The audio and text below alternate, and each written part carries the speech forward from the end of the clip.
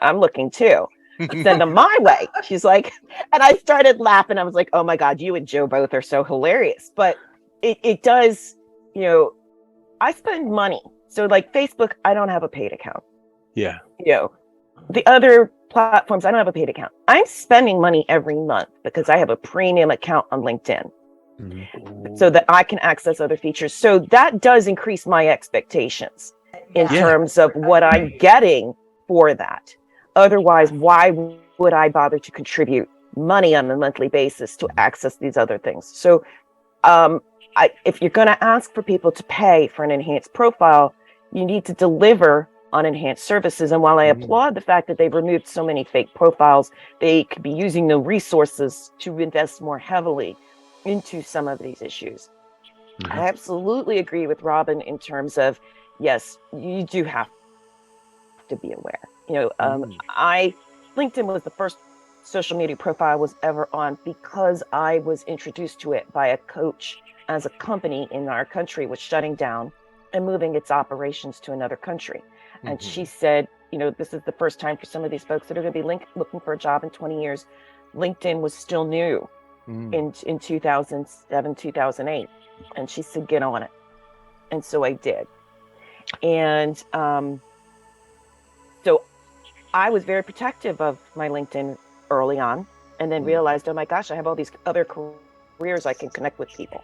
And I would not accept connections from anyone I didn't know personally.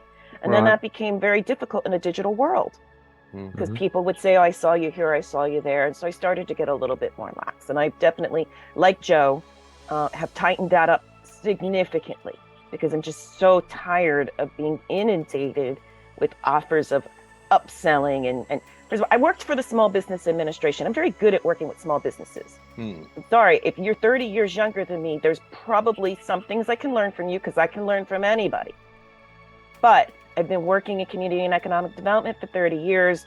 There's a lot I already know. I don't need your help to help me 10x my client base when I know how quickly I should or shouldn't be growing my company. And when I spend every day, day in, day out for the last 10 years, doing loans to small businesses that banks otherwise wouldn't make from a nonprofit standpoint.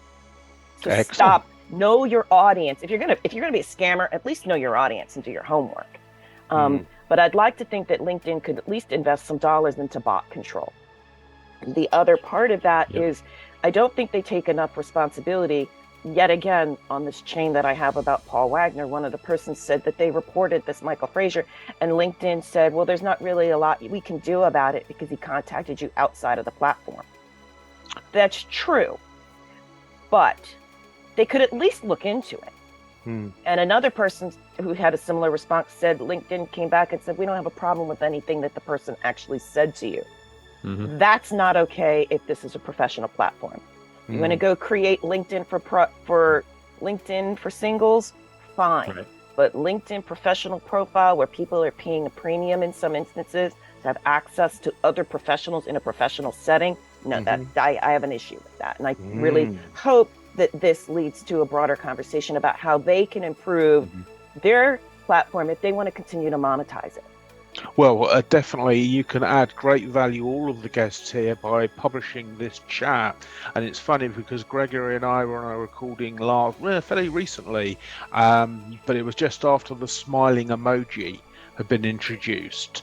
And we went, oh, there must be a statistical number related to them, you know, introducing that smiling emoji. So I wrote away to their press team, said, oh, I'll write an article about the smiling emoji. They would not tell me how many it took.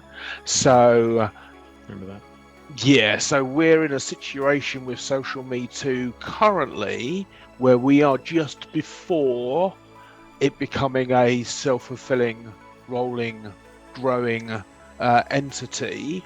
And I just wanted to address something. So I was recommended a book 18 months ago by a guy in cybersecurity, and he said the book is called Scam Me If You Can.